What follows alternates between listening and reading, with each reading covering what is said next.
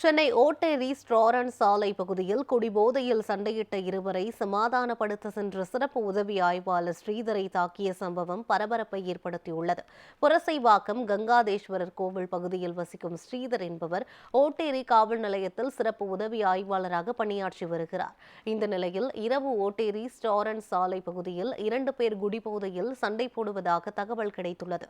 தகவல் அறிந்து சம்பவ இடத்துக்கு விரைந்து சென்ற ஸ்ரீதர் சண்டையிட்டுக் கொண்டிருந்த இருவரையும் சமாதானம் செய்து வீட்டிற்கு செல்லுமாறு அறிவுறுத்தினார்.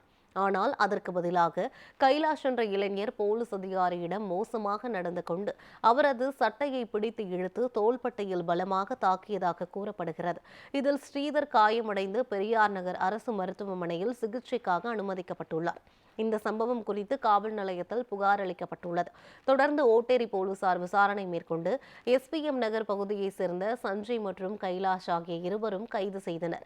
இதையடுத்து அவர்கள் மீது வழக்கு பதிவு செய்து நீதிமன்றத்தில் ஆஜர்படுத்தி சிறையில் அடைத்தனர்.